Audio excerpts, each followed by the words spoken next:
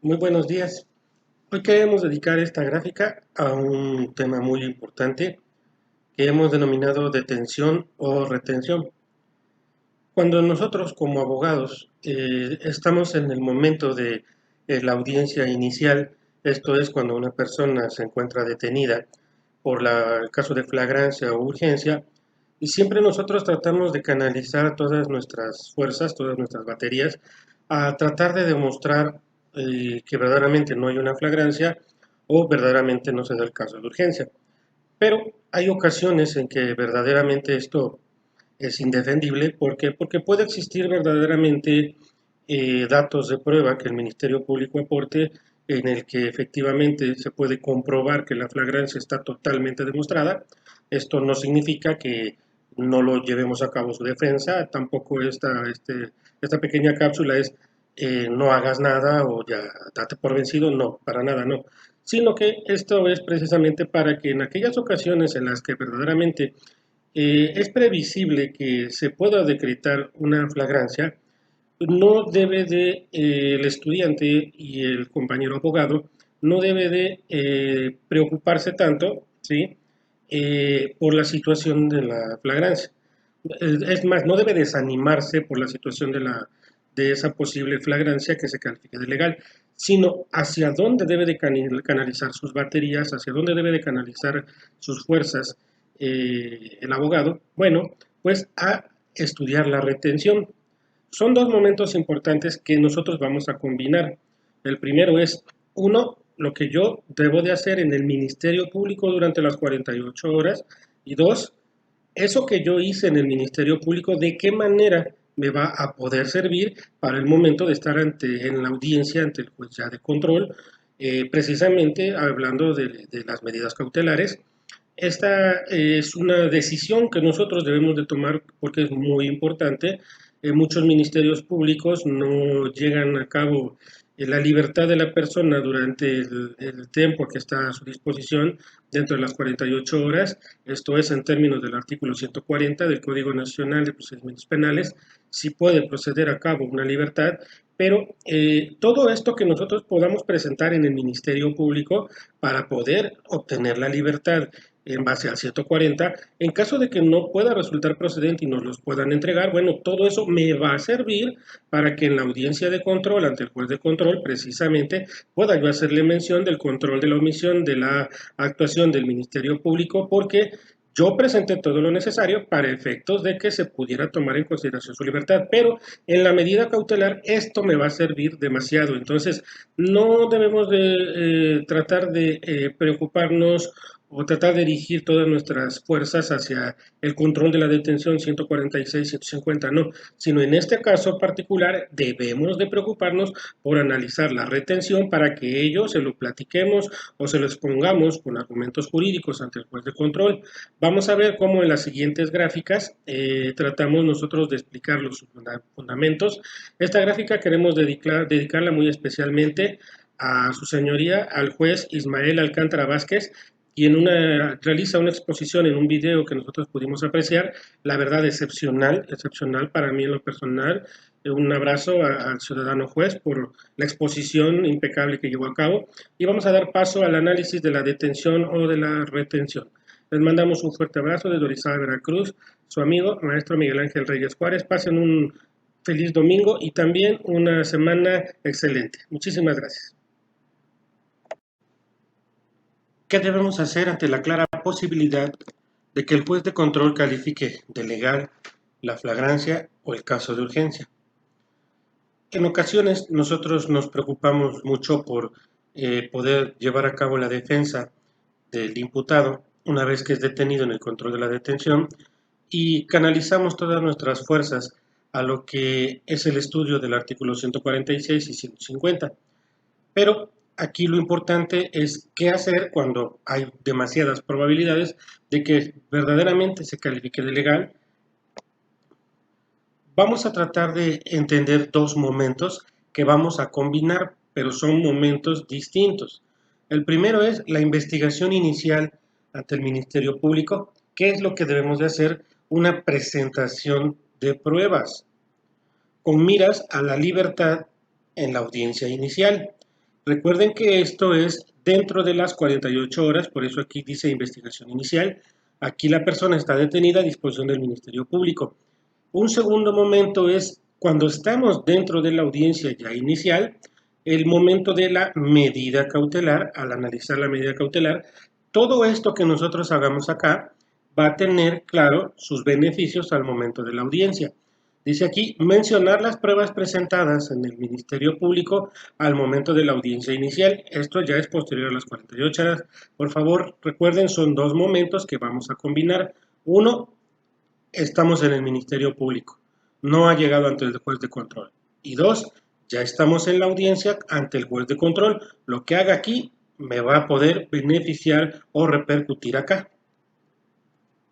Ahora bien, ¿qué debemos hacer? Esto en palabras del juez Ismael Alcántara Vázquez, quien la verdad lo explica de una manera muy excepcional, nos menciona que también hay un control de la omisión de la actuación del Ministerio Público. ¿Cuáles son los fundamentos que yo debo de utilizar? Aquí nos dice esta pequeña gráfica. Los artículos son el noveno, porque nos dice el artículo 9 del Código Nacional de Procedimientos Penales que la prisión debe de ser de carácter excepcional. El 128 y el 129 nos señala el deber que tiene el Ministerio Público de actuar conforme a las garantías y los derechos que están plasmados en la Constitución, estos derechos humanos, ¿sí? El 131 en sus fracciones primero y décima primera, la onceava, esta aquí es donde principalmente nos va a decir que el Ministerio Público pues debe de analizar estas circunstancias de la retención. Esto es, una vez de que ya fue puesto a disposición del Ministerio Público por la Policía Municipal, él debe de calificar su retención. Esto va de la mano en íntima relación con el 149, párrafo segundo. Si se dan cuenta, aquí está marcado el 140 de color naranja. ¿Por qué? Porque estas cuatro gráficas que nosotros tenemos aquí son precisamente dedicadas a tratar de apoyar los razonamientos del 140, que es la libertad del imputado durante la investigación. El 153 y el 155 hacen mención de cuáles son las medidas cautelares, inclusive el 155 en su último párrafo, en su última fracción, perdón, nos dice que la prisión preventiva. Ahora bien, el 161 es la revisión de la medida cautelar, 167 delitos graves, 308 fracción segunda, se debería analizar los requisitos para la retención y por último la Ley Nacional de Medios Alternos de Solución a los Conflictos en materia penal en su artículo 20 señala que se encuentra en íntima relación con el 140, el 20 con el 140, para poder obtener nosotros también una libertad dentro de las 48 horas que está a disposición del Ministerio Público de la persona. Por eso vamos a analizar la retención del Ministerio Público de las 48 horas, ¿sí? Vamos a regresar un poco a la otra gráfica. Recordemos, una es qué es lo que yo voy a hacer en las 48 horas y qué es lo que va a repercutir al momento de la audiencia cuando ya estemos ante el juez de control. Recuerden que tenemos la opción de pelear o de defender más bien la flagrancia o la urgencia, sí, pero hay ocasiones que hay casos, como dice nuestro amigo el licenciado, el juez, su señoría Ismael Alcántara Vázquez, hay ocasiones que hay momentos que es indefendible.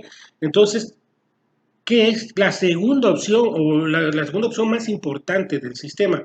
Bueno, pues es privilegiar la libertad, ya que eso es lo que quiere nuestro cliente, obtener su libertad. Entonces, si la flagrancia o la urgencia es algo que tal vez nos puedan decretar, bueno, lo verdaderamente importante es que nosotros vamos a tratar de sembrar lo que en el Ministerio Público vamos a hacer es presentación de pruebas para que nos pueda funcionar al momento de la medida cautelar, ¿sí?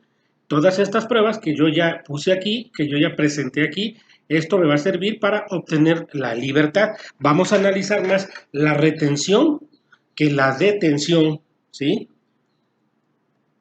Aquí en la parte de arriba dice detención o retención. Detención 146 o caso de urgencia, pero no vamos a canalizar nuestras baterías hacia la detención en estas gráficas, no. Vamos a canalizarlo sobre la retención porque, repetimos, ya no vamos a pelear tanto por si fue o no legalmente detenido. Vamos a tratar de manejar todas, canalizar nuestras baterías para ver si la retención, ahora sí, nosotros podemos llevárnoslo ya ante el juez de control.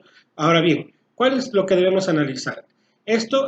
Recuerden que esto es la prisión preventiva justificada. La prisión preventiva oficiosa son los delitos que ya hemos visto con anterioridad, los delitos que ahora son graves, pero de prisión preventiva oficiosa. Hoy vamos a hablar exclusivamente de la prisión preventiva justificada. Aquí nos dice el artículo 168, el arraigo y la falsedad. ¿Cómo voy a demostrarle al juez que yo tengo verdaderamente un arraigo? Bueno, con el domicilio. Esto es la escritura o inclusive el contrato de arrendamiento. El trabajo o negocios, bueno, una constancia de trabajo o de negocios, sabe que yo tengo un negocio instalado. La familia, constancias de quienes viven en mi domicilio, porque no, también podemos utilizar el testimonio de alguna persona, e inclusive de los familiares o de testigos. Efectivamente, el señor vive ahí, tiene tantos años de vivir. Inclusive también a lo mejor una constancia que me puedan emitir en los jueces de manzana o las actas de nacimiento, en donde yo le estoy demostrando al juez que tengo hijos y que ellos están, es obligación mía ayudarlos para su manutención. En la escuela, tal vez yo esté estudiando, bueno, presento documentos para acreditar la escuela donde estoy o inclusive de las personas que están ligadas a mí. Por ejemplo, que mis hijas, mis hijos, ellos están estudiando en tales o cuales grados y pues yo no puedo sustraerme a la acción de la justicia o irme de aquí. ¿Por qué? Porque al final de cuentas yo tengo esa obligación para con mi familia. El máximo de la pena y la actitud voluntaria. Esto siempre parte de una participación positiva. ¿Qué debemos evitar? La negativa del imputado a participar en un acto procesal, la inasistencia a una audiencia a la que ya fue emplazado, evitar actitudes dilatorias en el procedimiento y evitar eludir la acción de la justicia. Esto debe de tomarse mucho en consideración, debemos de mencionarlo con el juez de control al momento de la audiencia, claro, pero también podemos preparar el terreno, como ya dijimos, desde la investigación. El comportamiento posterior al hecho o durante el procedimiento uno anterior. Aquí vamos a aprovechar que el Ministerio Público comúnmente ya tiene los antecedentes de la persona que ha sido detenida para ver si ha cometido o no otro delito. Bueno, lo vamos a utilizar en nuestro beneficio, vamos a hacer mención, su señoría, como el Ministerio Público ya comprobó, mi cliente no ha tenido ninguna otro procedimiento en el cual su comportamiento pueda hacernos pensar que trata de evitar la ley. Aquí la inobservancia de medidas cautelares también, si nuestro cliente no ha tenido imposiciones de medidas cautelares, debemos de mencionárselo al juez de control.